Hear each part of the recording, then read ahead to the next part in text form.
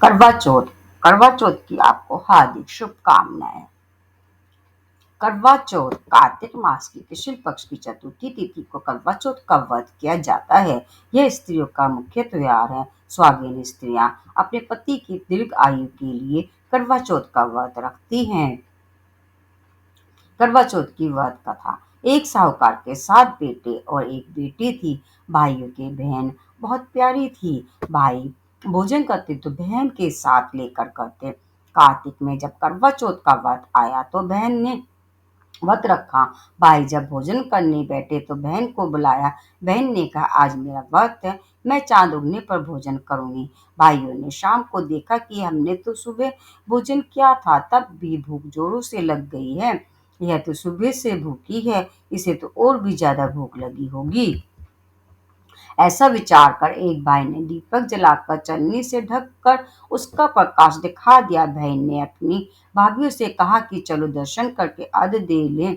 भाइयों ने कहा, आप जाओ, हमारा चांद अभी नहीं उगा है। जब वह अकेली ही जाकर दर्शन कर अर्घ देकर भाइयों के साथ भोजन करने बैठ गई तो पहले ग्रास में सिवाल, दूसरे में बाल और तीसरे में ससुराल का बुलावा आया। आने वाले ने कहा, तुम्हारा कुंवर साहब की तबीयत ज्यादा खराब है, जल्दी भेजो। तब उनकी माँ ने बुगजा कपड़ों का एक बंद थैला खोल कर उसे कपड़े पहनने के लिए बुगजे में 3 बार हाथ दिया। तीनों ही बार सफेद वस्त्र हाथ में आया। उसकी माँ ने वही पहना कर एक सोने का टक्का मोहर दिया। माँ ने समझाया, रास्ते में जो भी मिले उसके पाँव पड़ना, जो तुम्हें सुहाग की आशीष दे उसे को सोने का टक्का देकर पल्ली की गांठ दे देना।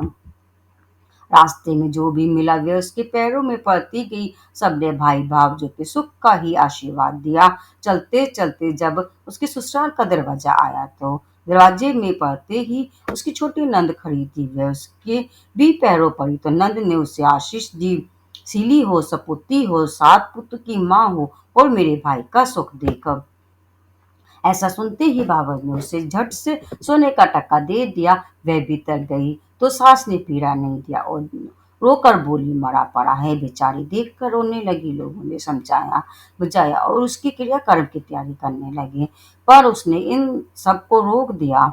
उसकी सास ने कहा कि क्या मरा सवेगी? उसने कहा, हाँ, मैं मरा से लूंगी, आपको चिंता ना करे। उसकी जिद पर घर वालों ने उसे एक अलग का मकान में उसको रख दिया। बेचारी मरा सहने लगी।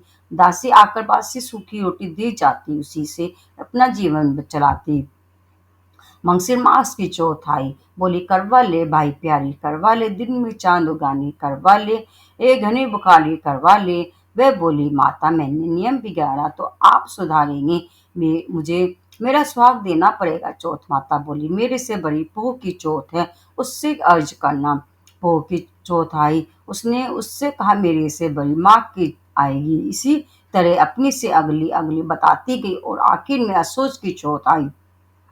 उसने कहा, भाई तेरे पर कार्तिक की चौथ नाराज है, उसने ही तेरा सुहाग लिया है, वही वापस कर देगी, तू उसके पैर पकड़ लेना।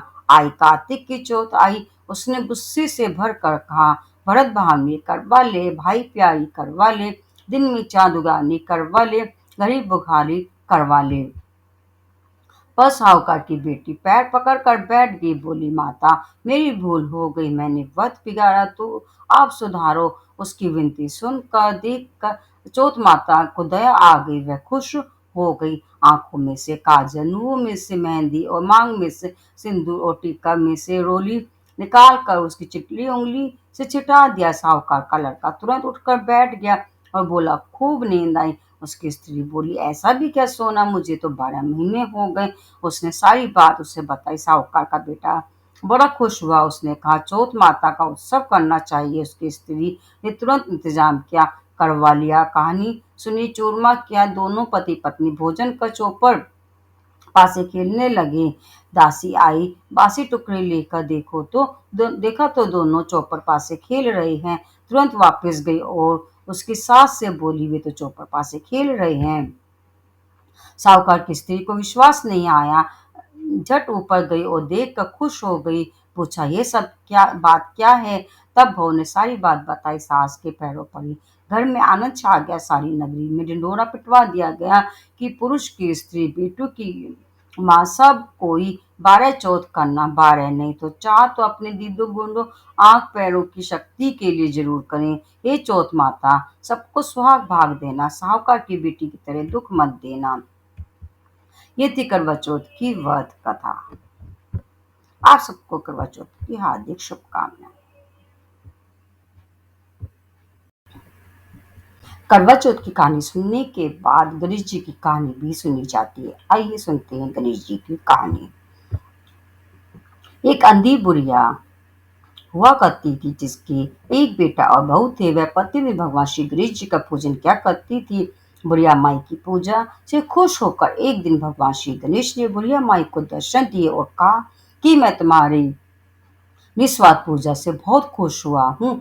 जो तुम्हें मांगना है सो मांगो, मैं तुम्हारी मनोकामना जरूर पूर्ण करूंगा। इस पर माई ने कहा मुझे तो कुछ मांगना ही नहीं आता। ऐसे में गणेश जी ने कहा कि मैं कल फिर से आऊंगा, जब तक तू अपने बेटे बहू से पूछ ले।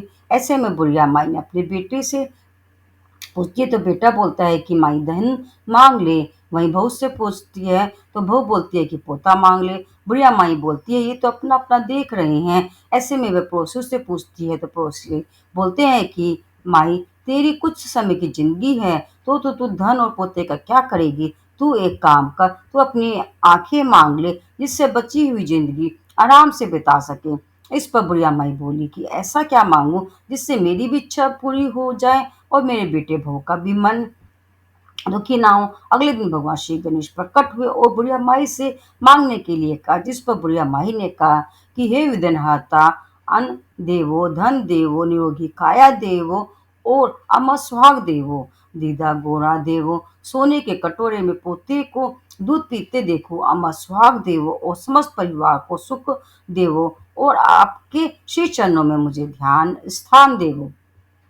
इस पर श्री गणेश जी ने कहा कि हे बुढ़िया माई तूने तो मुझे ठग लिया। तू तो कह रही थी कि तुझे कुछ मांगना ही नहीं आता है। मैं तेरी सभी इच्छाएं पूर्ण करूंगा। जिस प्रकार भगवान श्री गणेश ने जी ने बुढ़िया माई की सभी इच्छाएं पूरी की, इसी प्रकार सभी की इच्छाएं पूरी करें और सभी पर भगवान का आशीर्वाद बना रहे। ये थी गणेश जी और बुढ़िया माई की कथा। बोलो जय श्री गणेश।